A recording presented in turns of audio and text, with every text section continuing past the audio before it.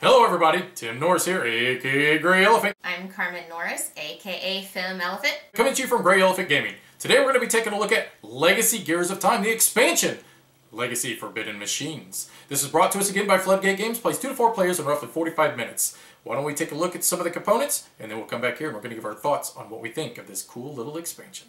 We have an entire new deck of technology cards. Some of the artwork is not finished. Now some of the artwork is, and if you noticed, we actually have the same style of artwork listed on these cards, and it is absolutely gorgeous, just like Legacy Gears of Time. Without further ado, let's get into the review.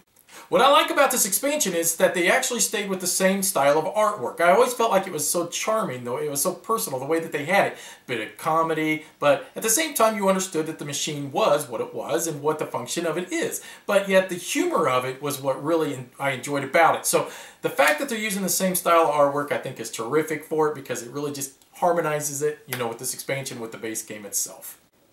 This expansion feels like a different game from the original, because the themes are completely different. The original has more of a realistic theme with technologies that you're building, and this has more of a fantasy or a steampunk theme. This expansion plays very similar to Legacy Gears of Time, so if you own Legacy Gears of Time, the biggest difference that you're going to see is that there's no fate cards. Fate cards have been eliminated. Now, I think that this is great, because personally, I never cared for the fate cards. I feel like the gameplay of this expansion is improved upon the original because you are using the actions on the technology cards themselves rather than waiting for the fate cards. And as you fight over the actions on the technologies, there's a lot more interaction with the other players. You know, you're still traveling back in time, you're still discovering these technologies, and then you're trying to build the bigger, better machines to try to score yourself the highest amount of legacy points you possibly can. You're still influencing, but the trick is that now instead of the fate cards, you've got these actions you could take on the bottom of these cards, and you could take one per turn. And they really make a big difference in the game. And which one you decide to take, and even possibly even build a technology just for the sole purpose of trying to take advantage of its action, happens several times in this game.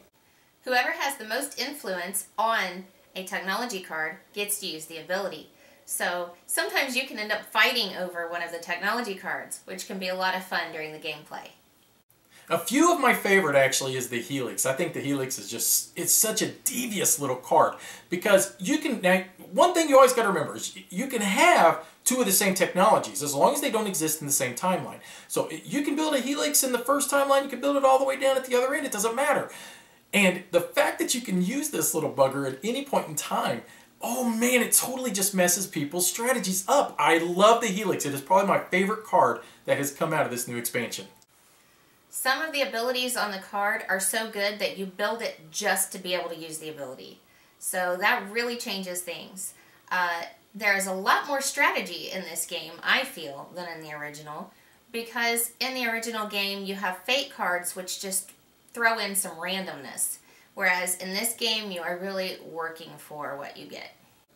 What I like about this game too, and this goes with Legacy Gears of Time, this goes with the Forbidden Machines expansion, this is such a terrific game. And I don't know if enough people really know about this game, and they really should, because it plays so well between 2 player all the way up to 4, and it's that perfect game that a husband and wife could sit down and play, but it's also that perfect game that you could plop down and a group of gamers are really going to enjoy this game as well. It's got that wonderful balance about it that everybody, I feel like, can definitely enjoy it. Now, it's not a terrific family game, so you're not going to probably teach your kids. I would say once they get to a certain age, you'd be okay. But this is certainly one of those games that I feel like anybody can pretty well just enjoy. The only thing I don't like about this expansion is that I feel like we're probably going to play with this a lot more than the original game. And I loved the original game. So if you like Legacy Gears of Time, then you really want to have this expansion and play it.